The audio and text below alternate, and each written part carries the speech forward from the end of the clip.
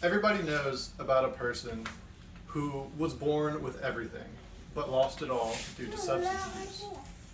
I'm going to tell you a story about one of those people and how he went to the lowest you could go, back up to the highest you could do.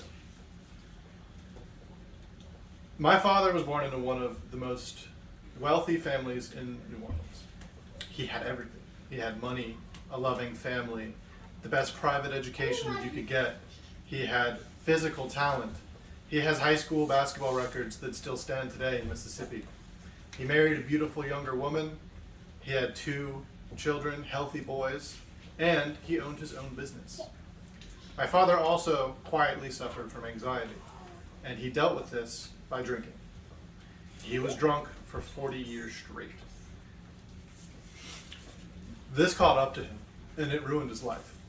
He was spending 5 figures in bars a year. His company went bankrupt. His wife divorced him, and his family all left. Finally, a hurricane destroyed the city that he loved, and his family had lived in for over 100 years.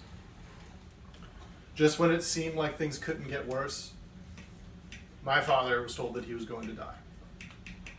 In 2017, he was diagnosed with cirrhosis, and doctors told him that he had 2 to 3 months to live. I went to go visit him for 3 weeks during this time period, and I learned a lot. I learned about his anxiety and why he drank. I watched him break down about how he missed raising his children to his doctors. I filled out paperwork for him that stated that he had had up to 7 drinks a day for 40 years straight. The only other member of his family to even call him was one of his brothers asking what he was going to do with his company after he died. But he did what nobody expected of him, and he turned his life around. I would say it was a 180, but it wasn't just turned around. He became so much better than he ever was. He quit drinking, he changed his diet, he started exercising, he did everything that his doctors told him to do and more. I'm proud to be able to say today that my father went from the liver transplant list to becoming the only person to complete a marathon on said list. Today, my father is the picture of perfect health, but it doesn't stop at just his health. My dad has also put in a ton of work towards his personal life. Every Sunday now, I have a group chat with him and my brother for Saints games. We've been in golf tournaments together, and now I can call him for advice and help whenever I need it. His business is thriving, his personal life is thriving, and his health is thriving. But those aren't the things that turn him into a great man today. The thing that makes him a great man today is his commitment to being a grandfather.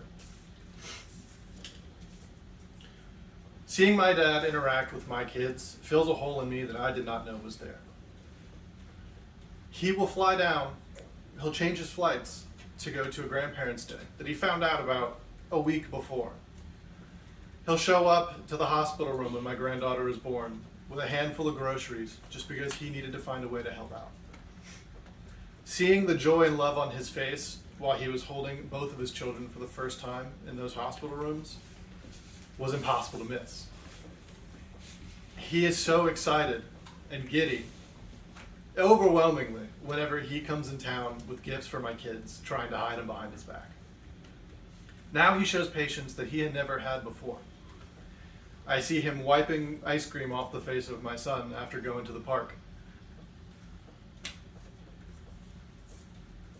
My dad is a great grandfather. You can just see the love and how much he melts in his face when his grandson says, "I love you, Pawpaw."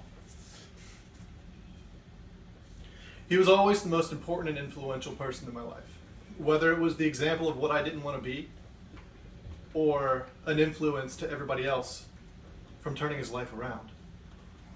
I spent so much of my life looking at him wanting to be nothing like him, only to find out later just how similar we were as he sobered up. My father is the greatest man currently in my life.